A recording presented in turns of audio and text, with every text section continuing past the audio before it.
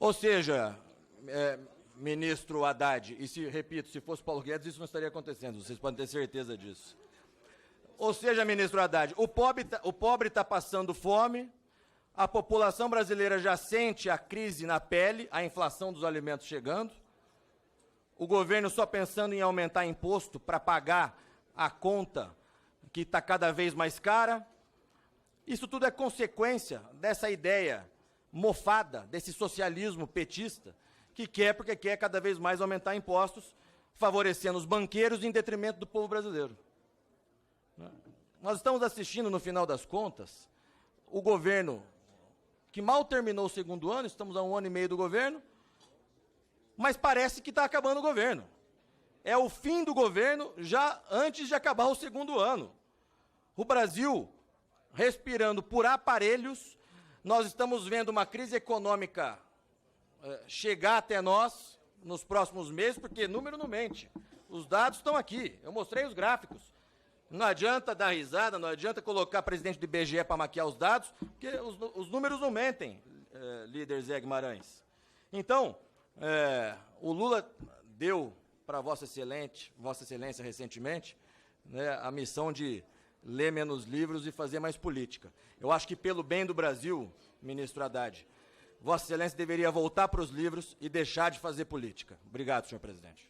Agora, eu queria me deter um pouco na fala do deputado Felipe. Deputado, leve a mão o que eu vou dizer com a mesma calma que eu tenho aqui, mas não, assim, não vale a pena trabalhar com fake news.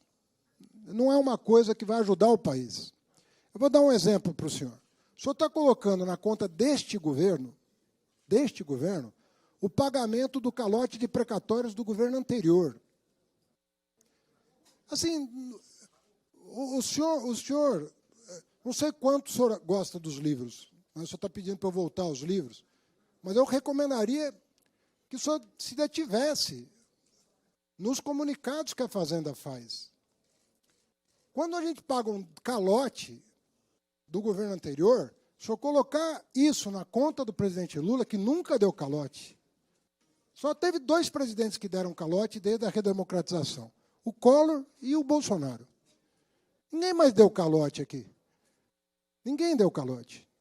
Você podia fazer oposição, podia ser situação, não importa. Fernando Henrique, Dilma, Lula, ninguém deu calote. O Collor deu um calote, quase destruiu aí parte da economia brasileira, e o Bolsonaro deu calote. Aí vem um presidente, paga o calote. Ah, olha o déficit que o presidente Lula fez. Esse déficit, deputado, não é nosso. O filho é teu, tem que assumir. Tem paternidade isso aqui. Faz um exame de DNA, que você vai saber que o calote, quem que deu o calote.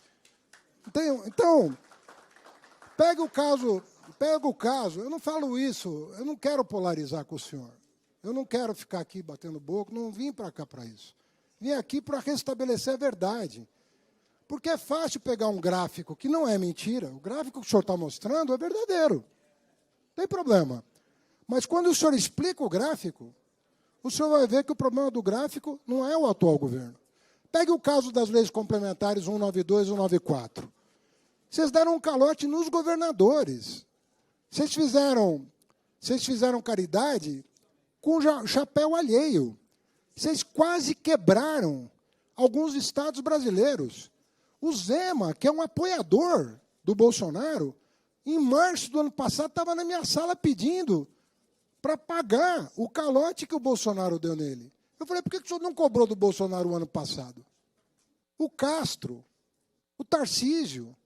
O Tarcísio ficou 1 ano sem pagar a dívida de São Paulo, por liminar do Supremo, por causa do calote que o Bolsonaro deu no Estado de São Paulo. Aí o Estado de São Paulo ficou sem pagar a dívida. Foram 40 bilhões, deputado. Soma com 90 dos precatórios, quanto é que dá? E as filas do INSS? Vocês acumularam filas do INSS? É gente pobre, deputado.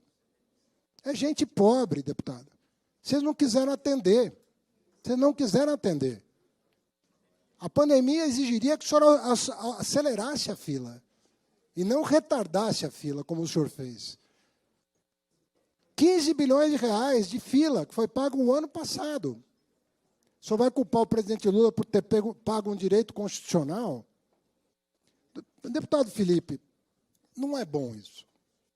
O resultado primário do ano passado é uma herança, infelizmente. A partir desse ano, o senhor começa a nos cobrar, porque esse é o primeiro orçamento nosso. O orçamento do ano passado é um orçamento que vocês fizeram. Vocês fizeram o orçamento do ano passado. E eu disse aqui, 60 bilhões já estava na piloa, que vocês encaminharam. 50 bilhões de Bolsa Família, 60 bilhões estava descoberto. Mais de 90 bilhões de precatório, a descoberto. E mais o calote dos governadores, que custaria 45, custou 27, também está na conta de vocês. Então, não vale a pena. Isso são dados oficiais, todo mundo conhece, o Supremo julgou. O Supremo julgou a inconstitucionalidade da PEC do calote de precatórios e das leis complementares que tiraram o dinheiro dos governadores no período eleitoral, para dizer que a inflação estava baixa. A inflação não estava baixa. O Banco Central, sem que nós tivéssemos indicado um diretor, os 9 diretores indicados por vocês, fizeram a conta de quanto seria a inflação em 2022 se não fosse o truque da gasolina. E deu 8,25 de inflação no último ano de vocês. No nosso, deu menos de 4. E nós mantivemos. Com tudo isso, sabendo disso, nós não mantivemos a meta de inflação, que vocês nunca cumpriram. Vocês nunca cumpriram o centro da meta da inflação. E nós aceitamos o desafio de manter a meta e buscar a meta. Esse ano, o ano passado, a inflação teria sido já de menos de 4%. Esse ano, se não fosse a reoneração de combustíveis, ela estaria perto da meta. Este ano, já estaria em torno de 3,30. E foi esse argumento que eu utilizei junto ao governo para tomar a decisão do CMNE de manter a meta e de buscar a meta, mesmo considerando ela exigente. Ela é exigente, sabe por quê? Porque vocês nunca fixaram essa meta para vocês. Vocês fixaram essa meta para os outros. Mas para vocês nunca fixaram. Agora, se nós não restabelecemos a verdade, nós não vamos andar. É fácil, o senhor vai colocar o vídeo da sua fala na sua rede social e vai parecer que o senhor ganhou o debate. O senhor perdeu o debate. É isso que aconteceu aqui. Os dados que o senhor trouxe para cá estão equivocados, porque nós pagamos o calote que foi dado em governadores e nos credores do Estado.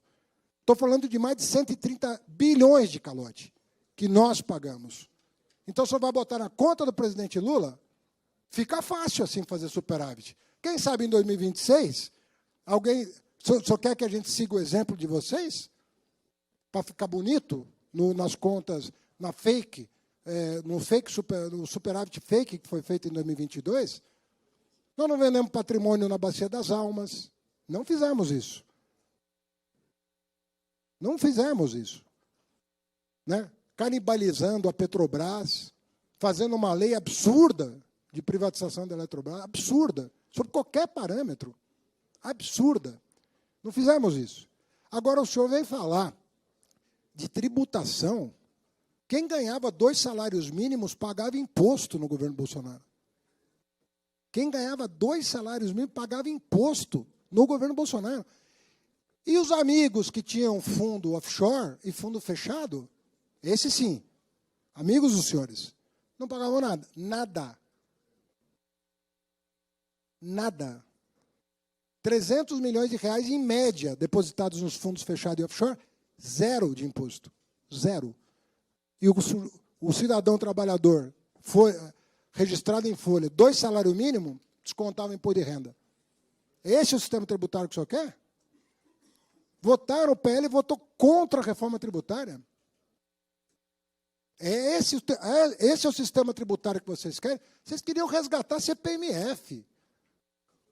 O secretário da Receita Federal, que foi embora depois, porque brigou lá com o Bolsonaro, o que ele queria?